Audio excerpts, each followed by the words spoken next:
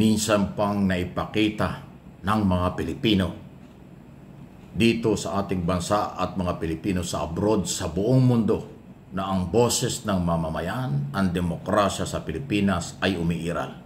Sa kabila po ng masasalimuot na isyu, matinding debate tungkol dito sa kaso ni Sara Duterte, Vice President, at impeachment at saka trial, na naig pa rin po ang boses ng mamamayan at ang saligang batas.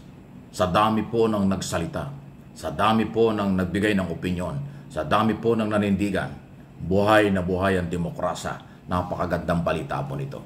Dahil ang opinyon ng magkabilang panig ay nangibabaw, opinyon ng mga abogado, ng mga professor, mga civil society at marginalized sector ay nangibabaw. Yan po yung aking naobserbahan sa halos 4 na buwan mula po nang ma-impeach si Sara sa Kongreso noong February 5. Madalas ang article of impeachment sa Senado. Mula noon, napakatindi po ng mga debate at magkakasalungat na paniniwala at opinyon. Parte ng demokrasya. Hindi nagkasakitan, pisikal, o nagkasakitan man sa opinyon at paniniwala, normal lang yon. Ang mahalaga ay ang kalayaan ng bawat isa. Taga-gobyerno man, nasa labas ng gobyerno, ay napakinggan ng mamamayang Pilipino. Napakaganda po niyan. Mabuhay ang mga Pilipino. Tayo po ay 115 milyon na. Kung hindi man nakialam ang lahat, majority ng mga Pilipino ay nakialam, nagkaboses sa magitan ng social media, traditional media, at kung ano pa, ng mga pora at iba pa. Salamat po. Yung proseso naman para sa magtanggol or magkaroon ng trial, ayan ang ating aabangan. Na sana'y maging smooth ito, huwag masyadong technical, huwag masyadong mapolitika. Iwasan ng sobrang politikal at technical, magiging maayos ang proseso. Alam niyo sa tingin ko lang, kung magiging maayos ang trial, mga 2 buwan lang tapos na ito. Pero kung maraming haharang, maraming, alam mo na gagawa ng lahat ng klase, mga motion at pagdidebatihan, yun namang papatagal. Pero kung yung proseso ng trial ay magiging normal, bigyan ng maayos na pagkakataon ng magkakabilang panig, ay siguradong mapapadali ito at malalaman natin kung ano ang mangyayari at ano ang magiging desisyon ng mga senador judge. Yan ang ating aabangan. Sana at ipagdasal natin na tamang proseso, iwasan ang sobrang debate, iwasan ang masyadong technical issue, at saka po ang pamumulitika. Kasi ho yun ay technical, political, legal ang impeachment or yung trial mismo. Okay? So, sa ngayon,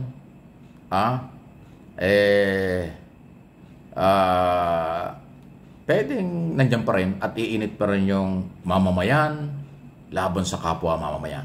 Taong bayan laban sa taong bayan. Sana huwag pong lumalayon. Kung magkakatunggaliman po ang paniniwala, pero sana hindi humantong sa anumang laban. Laban lang ng katwiran, laban lang ng opinyon, laban lang po ng paninindigan. Yun lang ho sana, walang pisikal. Kasi ngayon, sabi nga ni Senador Bato de la Rosa at ni Robin Padilla, na baka magkahiwa-hiwalay ang tao, ang mga Pilipino. Huwag naman sana mangyari yun. Kasi naniniwala itong dalawang pro-Sara Duterte, pro-Duterte senador na identify naman na hindi lang naman yung anti-Duterte, anti-Sara ang mamamayan. Meron ding pro-Sara, pro-Duterte na mamamayan. Totoo naman yun. Kung sino man ang marami, hindi natin alam. Pero lahat yan ay mamamayan. Pero yung mamamayan, laban sa mamamayan, sana po hanggang paniniwala at paninindigan lang yun. Huwag maging pisikal, di ba? At irespeto kung ano ho ang proseso. Merong mga senador identify pro-Sara, pakinggan natin kung anong gagawin nila. May mga senador na maaaring anti-Sara, pakinggan din natin yan. May mga senador na pwedeng maging pro-administration, anti-administration, or independent senador. Atin pong pakinggan at aalamin natin yan. So, yan po yung ano. Kaya yung pagpapatuloy at gagawing trial, yan ay pumabor sa mamamayang Pilipino dahil yan ay constitutional duty nating lahat, lalo na ng mga taga-gobyerno. especially ang Senado.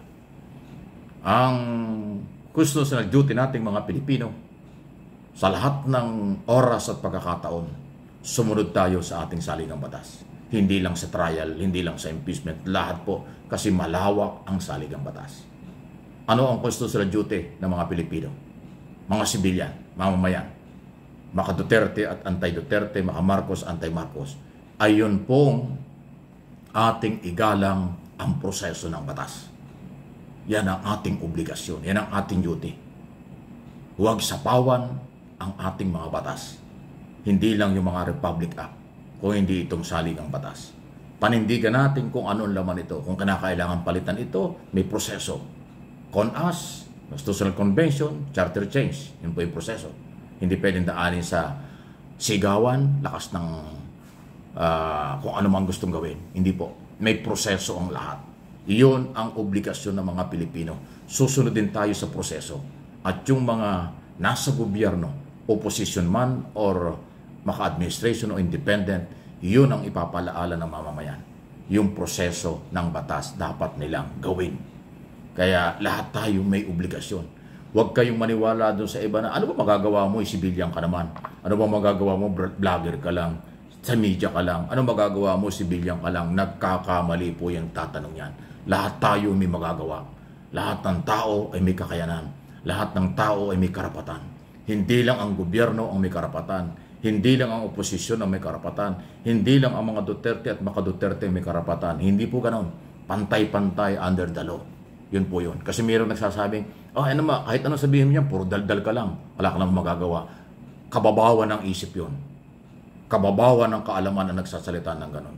Alam ba ninyo na kahit anong antas ng pamumuhay, kahit sa gobyerno o pribadong sektor, saan mang nandoon ka, anumang organisasyon, anuman ang lahi mo, kasarian at anuman ang relihiyon mo, ang boses ng individual o yung boses ng organisasyon, mahalaga.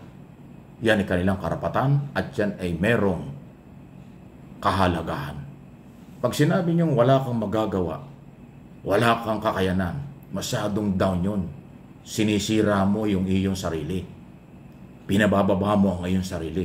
Dapat po, pasintabi na hindi naman nagmamarunong, dapat laging positibo. Kung sino sila, anong nagagawa nila, kaya mo rin gawin.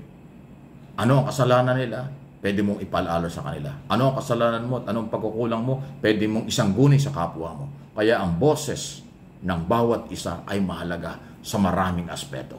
Yun nagsasabing, huwag makialam sa nangyayari dahil media lang, vlogger lang, or walang boses, puro lang salita. Yun inuulit ko. Kababawan ng argumento, kawalan ng kaalaman, kababawan ng paninindigan sa lipunan.